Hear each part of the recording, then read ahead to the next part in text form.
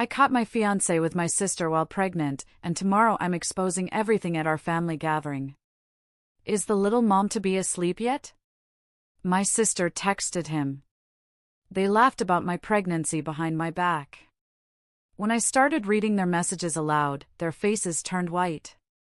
There are moments in your life that feel like they're straight out of a movie. The ones you play over and over in your head, savoring every perfect detail, trying to bottle up the lightning. For me, that moment happened 3 weeks ago, in the quiet of my own bathroom, with the morning sun streaming through the window and making little dust motes dance in the air. I was holding a little white plastic stick, and on its tiny screen were 2 pink lines. 2 pink lines. Not faint, not a maybe. They were bold and defiant and real. My heart didn't just beat, it exploded into a firework display behind my ribs. I pressed a hand to my mouth to stifle a sob of pure, unfiltered joy, my shoulders shaking. After 3 years with my fiancé, Dean, after meticulously building a life together with my sweet 4-year-old daughter, Paige, this was it. This was the final piece of the puzzle, the one I'd been waiting for. We were finally going to be the complete, stable family I'd always dreamed of since I was a little girl. A mom, a dad, and 2 kids. The whole picket fence fantasy. Paige would have a little brother or sister to boss around and to protect. I would have another child with the man I loved, a child that would have his eyes and maybe my stubborn chin. It was everything. I must have stared at that positive test for 10 solid minutes, just grinning like an absolute fool, my reflection beaming back at me in the mirror. My mind was already racing, a high-speed train of happy plans. I pictured Dean's face when I told him, that slow, handsome smile spreading across his lips before he'd lift me up and spin me around the kitchen. I pictured Paige's excitement, her little hands gently touching my belly. I could already see the nursery we would decorate, arguing playfully over paint colors. I imagined holidays, 2 little stockings hanging on the mantel instead of 1, the house filled with twice the laughter, twice the chaos, twice the love. We weren't just a couple with a child from my past anymore, we were creating something new, together. A real family, bound by blood and by love. I'm 28 years old. I've been through my share of heartbreak, enough to make me cautious. But for the first time in a long time, the future didn't feel scary. It felt certain. Dean was a good man, or so I believed with every fiber of my being. He was wonderful with Paige, teaching her how to throw a ball and patiently answering her million why questions. Our life together, while not a fairy tale, was happy. It was real. It was ours. This baby was supposed to be our anchor, the thing that solidified our bond forever, making us unshakable. I spent the whole day floating on a cloud of secret joy, planning the perfect way to tell him. I decided on a special dinner, his favorite meal, and bought a tiny pair of baby booties to put in a gift box with the pregnancy test. I wanted the moment to be as magical as the feeling in my heart. I was so naive. So blissfully, stupidly naive. I thought I was at the beginning of the most beautiful chapter of my life. I had no idea I was actually standing at the edge of a cliff, about to be pushed over the edge by the 2 people I trusted most in the world. That night, when I finally told him, I thought the dream was just beginning. But it was already over. I just didn't know it yet. That evening, the house was filled with the warm, comforting smell of roasting chicken. I'd gone all out, garlic mashed potatoes, green beans, the works. A bottle of sparkling cider was chilling for me, a cold beer waiting for him. Paige was happily building a lopsided tower of blocks in the living room, humming to herself. Everything was perfect, a perfect domestic scene.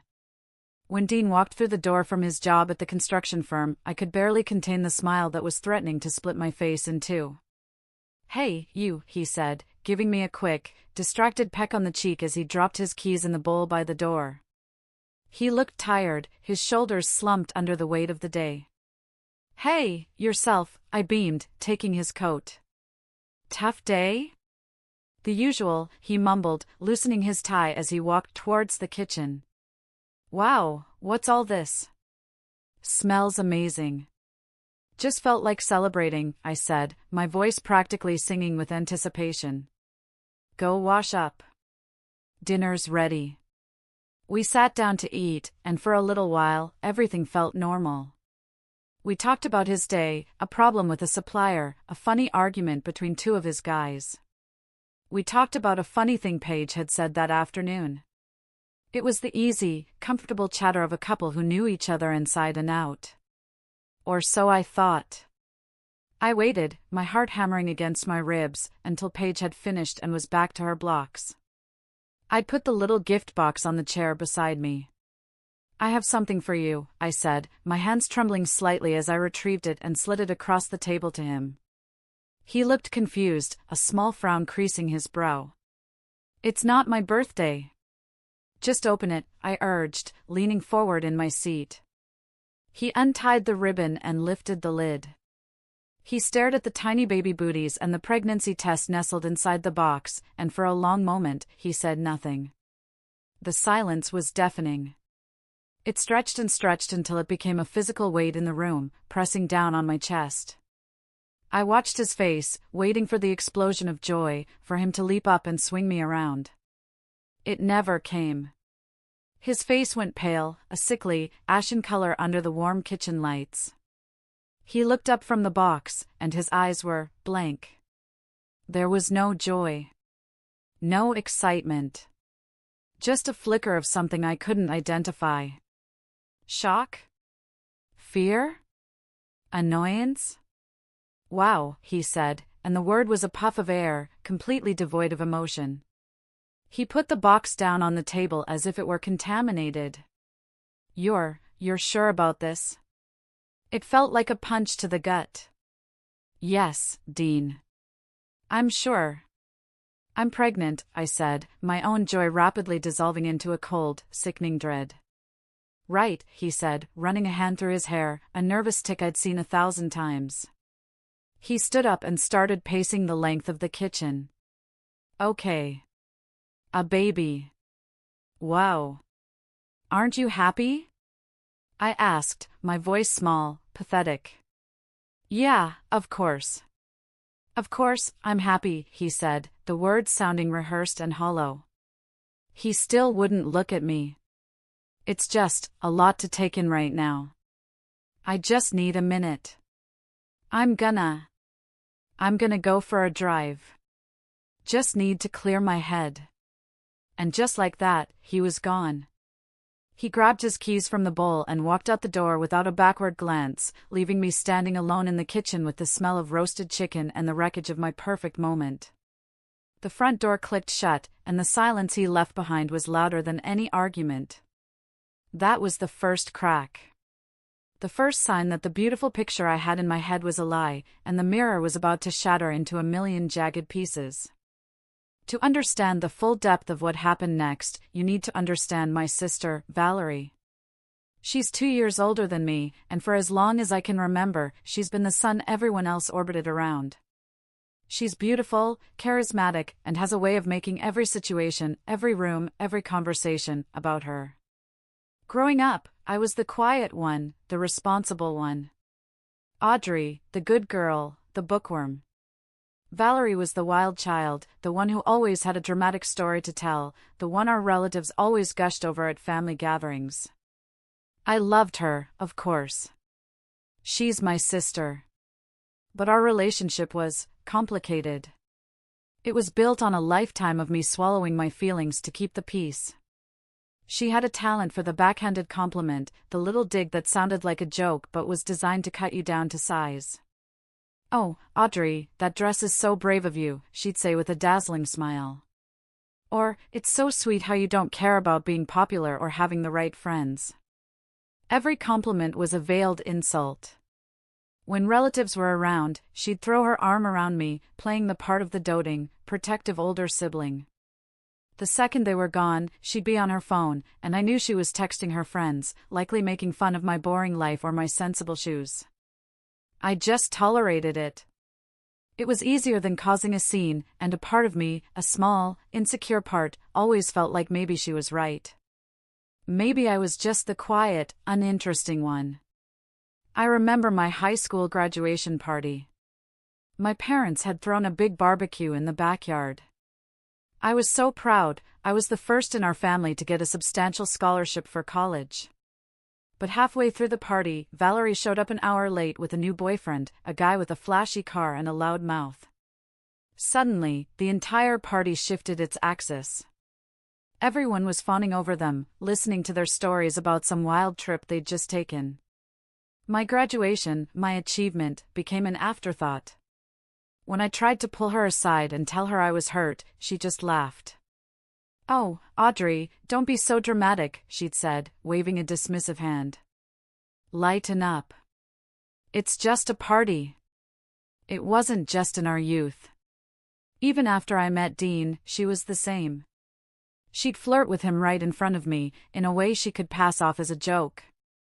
"If Audrey ever messes up, Dean, you know who to call," she'd say with a wink.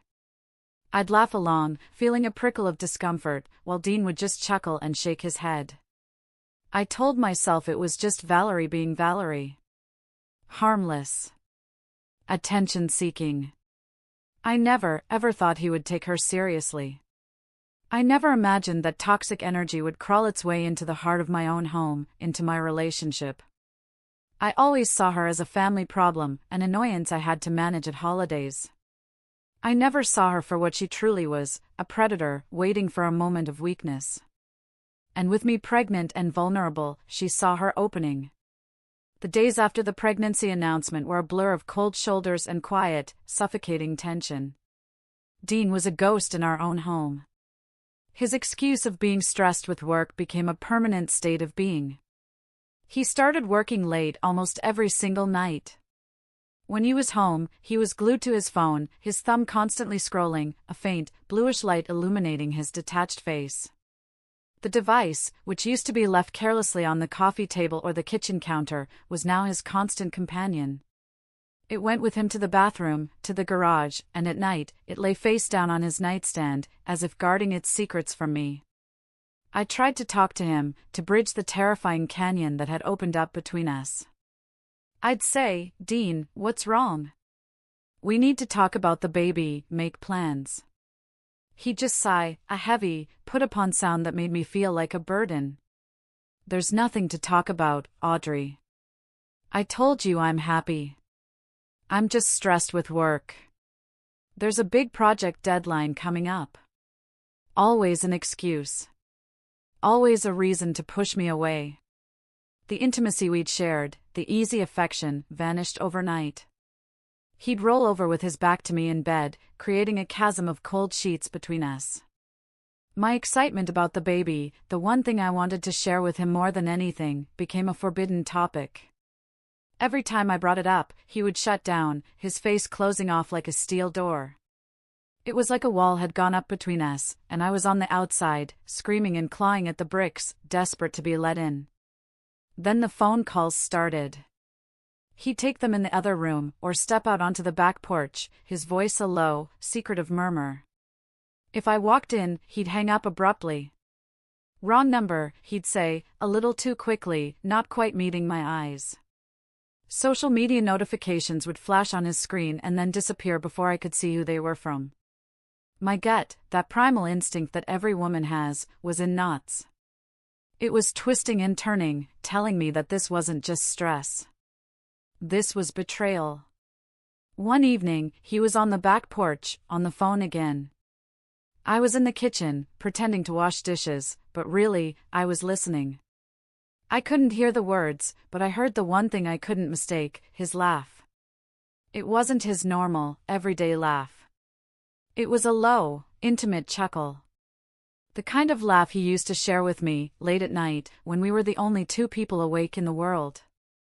A hot flash of anger and raw jealousy crawled up my neck. Who was he talking to? Who was making him laugh like that when he could barely stand to look at his pregnant fiancé? I started to feel like I was losing my mind. Was I just being a crazy, hormonal pregnant woman? Was I imagining things? That's what he wanted me to think. But deep down, I knew. I knew I wasn't crazy. I was being played for an absolute fool. And I was about to find out just how deep and how sick the deception ran. The breaking point came on a Tuesday night, exactly 1 week after my world had tilted on its axis. Dean had come home late again, smelling faintly of a perfume that wasn't mine, a musky, expensive scent I knew wasn't from any of his female coworkers. He gave a mumbled excuse about having drinks with guys from the office to celebrate closing a deal, showered, and was asleep within minutes, his back turned to me. But I was wide awake. The knots in my stomach had twisted into a solid ball of ice. The suspicion was eating me alive. I lay there in the dark, listening to his steady, even breathing, and a cold, calm resolve washed over me. I had to know. Even if it destroyed me, I had to know the truth. I slipped out of bed, my feet silent on the cool hardwood floor. My heart was pounding so hard I could feel the frantic rhythm in my ears, a drumbeat of dread. The room was dark, but his phone on the nightstand was illuminated by the faint glow of the moonlight through the window. It felt like a beacon, calling to me, promising answers I wasn't sure I wanted. My hands were shaking so badly I could barely control them. This was a line I'd never crossed. I'd always believed that trust was the foundation of a relationship, and snooping was a violation of that. But what do you do when you know, with every fiber of your being, that the trust is already gone, that the foundation has already crumbled to dust? I picked up the phone. It felt heavy, dangerous, like a loaded weapon in my hand. My hands were slick with sweat. I typed in his passcode, Paige's birthday. The irony was so thick it was sickening.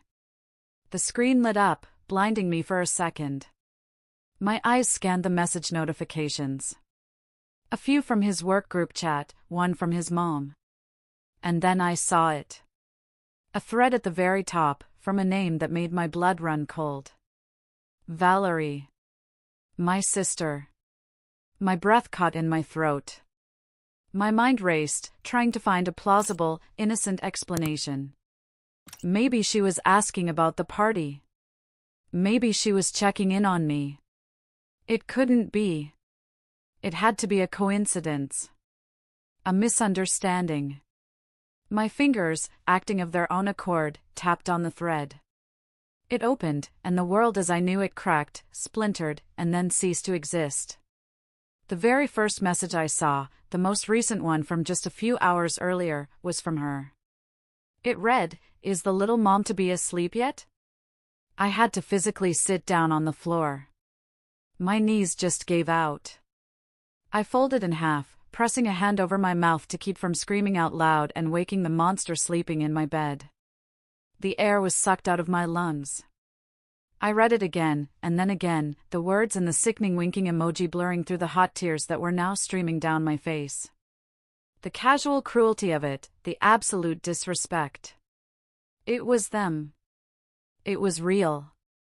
I scrolled up, my thumb moving mechanically, a detached observer of my own life's destruction. Message after message, a secret history of their affair laid bare in glowing blue and gray bubbles. The plans to meet up at cheap motels. The inside jokes. The lies they concocted together to deceive me. It was all there. I had gone looking for a reason for his distance, and what I found was a digital dagger, plunged directly into my heart by the two people who were supposed to love me most. I sat on that cold floor for what felt like hours, the phone's pale glow illuminating my tear-streaked face. I couldn't stop scrolling, couldn't stop torturing myself with the evidence of their treachery. It was a morbid fascination, a desperate need to know the full extent of the horror. And it was worse, so much worse, than anything I could have ever imagined. They weren't just hooking up behind my back. They were building a whole world on top of my supposed ignorance. They were reveling in it. They were mocking me. I saw a message from Dean, sent the day after I told him I was pregnant. Audrey dropped the baby bomb last night, it read, accompanied by a facepalm emoji. Total nightmare. Valerie's reply came instantly. LOL. Told you she'd try to trap you. What did you do? Played the shocked but happy fiancé. I think she bought it. She's so clueless. Clueless. The word seared itself into my brain. That's what I was to them. A clueless joke. The inconvenient, pregnant obstacle in the way of their sordid little romance. A problem to be managed. They talked about me constantly, dissecting my personality, my habits, my life. Valerie bragged that our entire family thought she was the more interesting, more popular sibling, while I was just the quiet one who apparently deserved this. She's always been a doormat, one of her texts read. She'll get upset for a week and then she'll get over it. She always does. The most painful part was reading how they'd discussed my pregnancy. He told her about it before he even had a real conversation with me. They joked about how stressed I would be, raising another child. Can you imagine her with 2 kids? Dean had written. The house is already a mess. She won't have time to even think, which is probably for the best. My sister, my own flesh and blood, had replied with a string of laughing emojis. More time for us, then, she wrote. Besides, it's not like you'll have to deal with the messy parts. You can be the fun uncle to your own kid. They even talked about money. Good thing her salary is steady, Dean texted once. We're going to need it with another mouth to feed. As if my income was just a resource for them to exploit. As if my hard work to provide for Paige and save for her college fund was just a convenience for his betrayal. It was a systematic dismantling of my life, my character, my motherhood. Every insecurity I'd ever had, they preyed on it. Every moment of joy I'd felt about this baby, they had tainted it with their laughter and contempt. They had taken something pure and beautiful and twisted it into something ugly and perverse. My tears dried up, replaced by a rage so pure and cold it burned. My hand was steady now. I started taking screenshots. Dozens of them. I documented everything. The timestamps that proved he was with her when he was supposed to be working late. The cruel names they called me. The jokes they made at my expense, and at the expense of my unborn child. Each screenshot was another nail in their coffin. They had built their secret world on the assumption that I was weak and oblivious. They had underestimated me. And they were about to find out just how catastrophically wrong they were. The next morning, I was a ghost. I moved through the motions of making Paige breakfast, pouring cereal and juice, my mind a million miles away.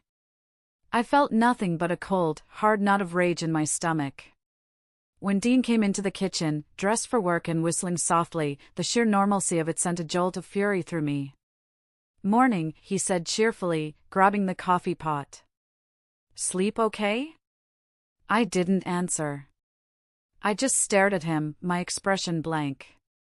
He finally noticed the look on my face, and his chipper demeanor faltered. What's wrong with you? He asked, his tone already defensive. Bad mood today? I know, I said, my voice barely a whisper, but it cut through the morning quiet like a knife. No, what? Audrey, I don't have time for games this morning. I've got an early meeting. I know about you and Valerie. The color drained from his face. For a split second, I saw it, pure, unadulterated panic in his eyes. But it was gone as quickly as it came, replaced by a mask of bold-faced indignation. He actually laughed. It was a hollow, ugly sound that didn't reach his eyes. Valerie? Are you serious? He scoffed, leaning back against the counter. What are you talking about now? Don't lie to me, Dean. Don't you dare lie to my face. I saw the messages on your phone. This was his moment to confess, to break down, to beg for forgiveness, to show one single ounce of human remorse. He did none of those things.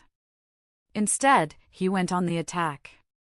You went through my phone? He yelled, his voice rising, trying to make me the villain. What the hell is wrong with you? That's a complete violation of my privacy. After everything, this is the trust you have in me? A violation of your privacy? I shot back, my own voice finally finding its strength. You're sleeping with my sister while I'm carrying your child, and you want to talk to me about privacy? I am not sleeping with your sister, he insisted, his face turning red with performative anger.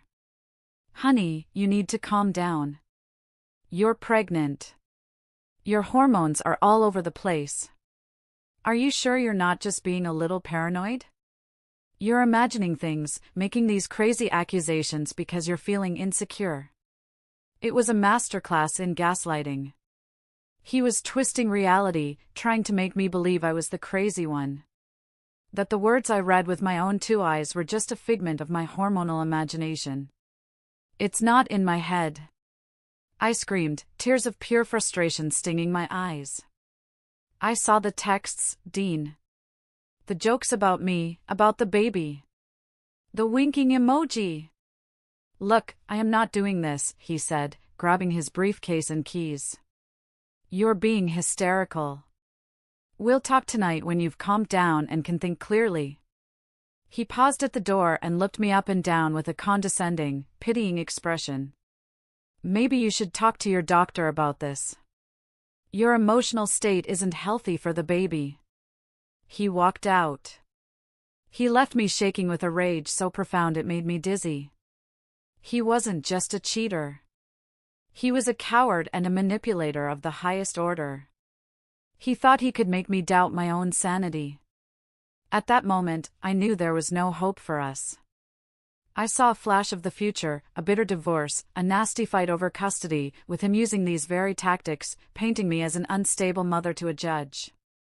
The thought was terrifying, but it also solidified my resolve. I had to get a lawyer. I had to protect myself, and I had to protect my children. After Dean left, a sliver of desperate, pathetic hope remained. It was a stupid hope, but it was there. Maybe Valerie had manipulated him. Maybe she felt some shred of guilt. She was my sister, after all. We shared blood, a childhood, a history. Surely, there was a part of her, buried deep down, that knew this was monstrously wrong. With trembling fingers, I found her number and called her. She answered on the second ring, her voice offensively cheerful and bright. Hey, little sis. What's up? To what do I owe the honor? The casualness of it, the breezy, unconcerned tone, was like a knife twisting in my gut. I know, Valerie, I said, my voice flat and cold, devoid of any emotion. The cheerful tone vanished instantly. Know what? She asked, her voice turning guarded and sharp. About you and Dean. I saw the messages. There was a pause on the other end of the line. I expected denial, excuses, maybe even fake, crocodile tears. I got none of it. What I heard instead was a long, theatrical sigh of annoyance, as if I was a pesky problem she now had to deal with, like a bill she'd forgotten to pay. Oh, for God's sake, Audrey, she said, her voice dripping with condescension. Are you really going to do this? Are you going to make a big drama out of it? I was floored into silence for a moment. Drama? You are sleeping with my fiancé. The man I am having a baby with. You call that drama? Look, she said, her voice becoming sharp and impatient. Whatever is going on between me and Dean is our business. Frankly, you shouldn't have been snooping through his phone like some crazy person. You brought this on yourself. I brought this on myself? I was shrieking now, I couldn't help it. My voice cracked. You are my sister. And you're being hysterical, she snapped back, using the exact same word as Dean. It was chilling. It was clear they had their story straight. They were a team. Dean is a grown man. He can make his own choices. Maybe if you were a little more exciting, a little less of a boring mom, he wouldn't have gotten bored. The cruelty was breathtaking. It was designed to hurt, to hit every insecurity I had. There was no remorse. No shame. Just a cold, hard, reptilian arrogance. You should really keep your mouth shut about this, Audrey, she warned, her voice lowering into something menacing. You'll just end up looking like a crazy, jealous mess. Nobody will believe you over us. They never have. So just stop being so dramatic and deal with it." She hung up. I stared at the phone in my hand, the dial tone buzzing in my ears. It was a vicious alliance. They were united against me, armed with the same lies, the same dismissive language. They thought I was weak. They thought they could shame me into silence. The last bit of hope I had for any kind of reconciliation, any kind of remorse from either of them, died in that phone call. My sister wasn't just a participant in this betrayal, she was a gleeful co-conspirator. And she had just handed me all the motivation I needed to burn their pathetic little world to the ground. The hours after that phone call with Valerie were the darkest of my life. The fury receded, leaving a vast, empty wasteland of pain. I felt utterly and completely alone. The two people who should have been my anchors in the world, my partner and my sister, were now my adversaries. I wandered through my house, a home that now felt like a stage for a lie, every family photo on the wall a monument to my own stupidity. I just cried. I curled up on the sofa and cried until my eyes were swollen and my head throbbed. I cried for the family I thought I had, for the love I thought was real. I cried for the innocent baby growing inside me, a baby conceived in love but now mired in this ugly, toxic sham. Later, I went into Paige's room and sat on the floor beside her bed, watching her sleep. Her face was so peaceful and trusting, her little chest rising and falling in a steady rhythm. A wave of protective fury, so fierce it took my breath away, washed over me. How dare they? How dare they bring this poison into her home, into her life?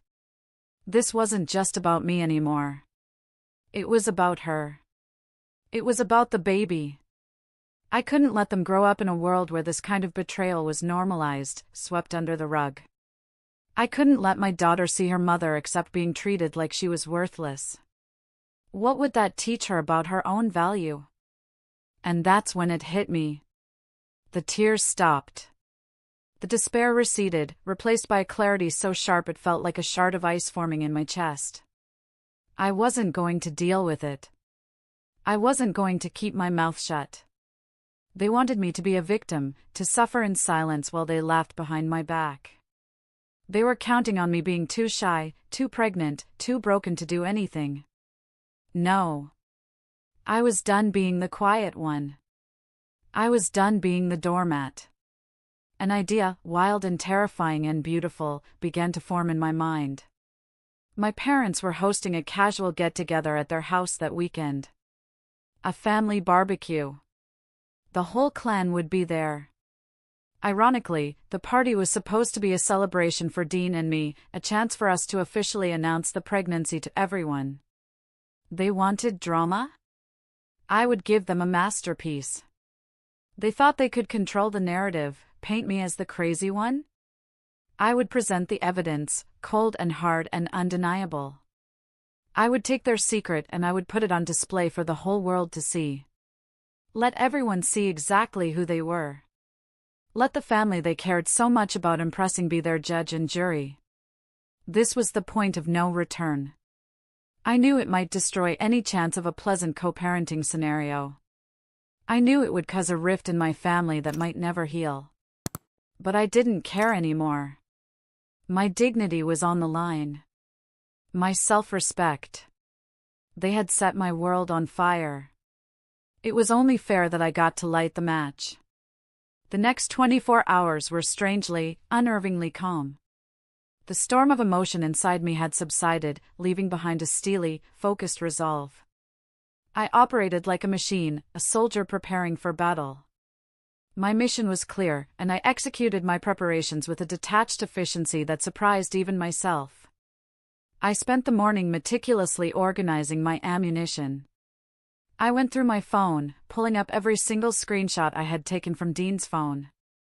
I arranged them chronologically in a dedicated photo album, creating a digital timeline of their deceit. I even airdropped them to my tablet for a larger display. I then went to a print shop and printed out the most damning exchanges, the ink dark and stark on the clean white paper.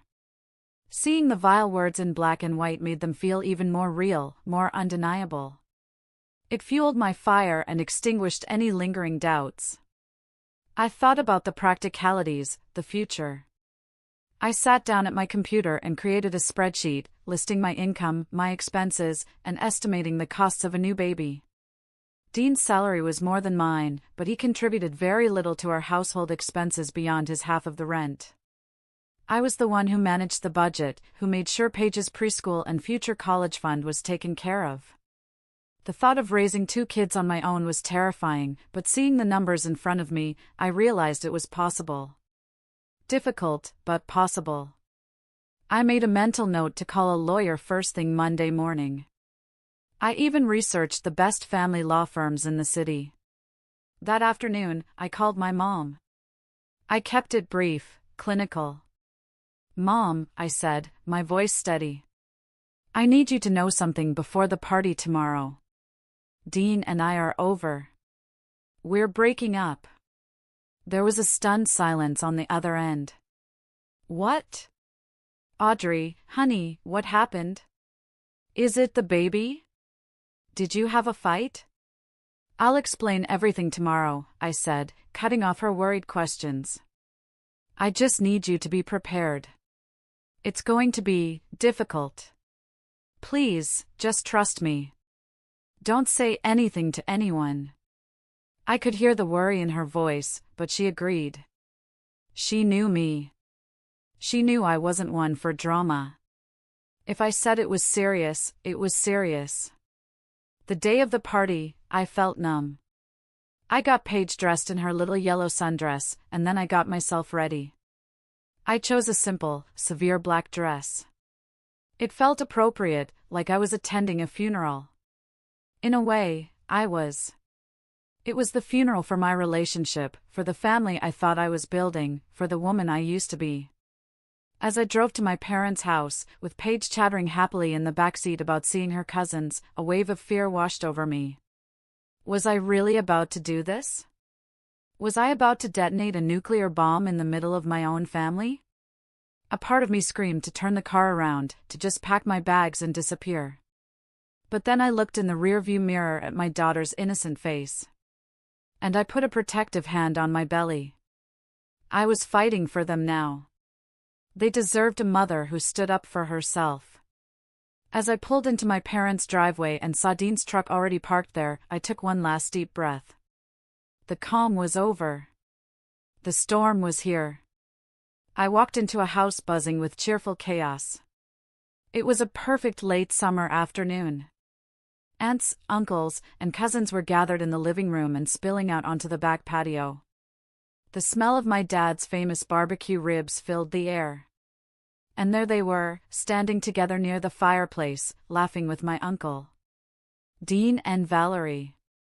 They looked so comfortable, so completely at ease, like the king and queen of the party. The sight of them, so brazen in their deception, sent a jolt of pure adrenaline through my veins, washing away the last of my fear. My mother rushed over the second I stepped inside, her face etched with worry. "Audrey, honey, can we please just talk in the kitchen for a minute?" she whispered, trying to steer me away from the crowd. "Not right now, Mom," I said, my voice quiet but firm. I gently pulled my arm away from her grip. "I need to do this." I walked straight into the center of the living room, placing my purse, which contained the printed evidence, on the coffee table. The chatter died down as people noticed the look on my face. Dean and Valerie turned, their smiles fading slightly when they saw my expression. Valerie rolled her eyes, a subtle, dismissive gesture that only I would notice. Dean looked annoyed, probably thinking I was about to make a scene about him being late or something trivial. "Could I have everyone's attention, please?" I asked. My voice didn't shake. It was as clear and cold as ice, cutting through the warm, happy atmosphere of the party. The room fell silent. "I know you all came here today to celebrate with me and Dean, and to hear our happy news. But there's been a change of plans." I held up my phone. "Dean and I are over. And I think you all, as our family, deserve to know the real reason why." I saw Dean take a step forward, his mouth opening to protest, a fake, placating smile already forming. But I didn't give him the chance. I started reading. I'm going to read you some messages from a private conversation between my fiancé, Dean, and my sister, Valerie, I announced. A collective gasp went through the room. My Aunt Clara's hand flew to her mouth. I started with the first one I'd seen. Is the little mom to be asleep yet? This was sent from Valerie to Dean 3 nights ago, while I was at home with my daughter. I didn't look up. I just kept reading, my voice a steady, relentless monotone, letting the vile words hang in the air. I read his text calling me clueless. I read her text calling me a doormat. I read their jokes about my pregnancy, about how stressed I would be, about how he wouldn't have to deal with the messy parts. The room was utterly silent, save for the sound of my voice and the distant sizzle of the grill outside. I could feel dozens of pairs of eyes darting between me, a stone-faced Dean, and a rapidly paling Valerie. I read out the timestamps, proving he was with her on nights he claimed to be with his dying grandmother or working late. Valerie was the first to break. She's lying, she shrieked, her voice high and defensive. She's making it all up. She's crazy. She's always been jealous of me. I ignored her. I just kept reading. The messages spoke for themselves. I got to the part where Dean told her about the pregnancy. He told her about my baby before he even had a real, honest conversation with me, I said, finally looking up and letting my eyes sweep across the horrified faces of my family. And they laughed. They laughed about me, and they laughed about my child. That's when Dean finally found his voice. This is ridiculous, he boomed, trying to sound authoritative. Audrey is misinterpreting things. She's pregnant, she's emotional. She's clearly not well.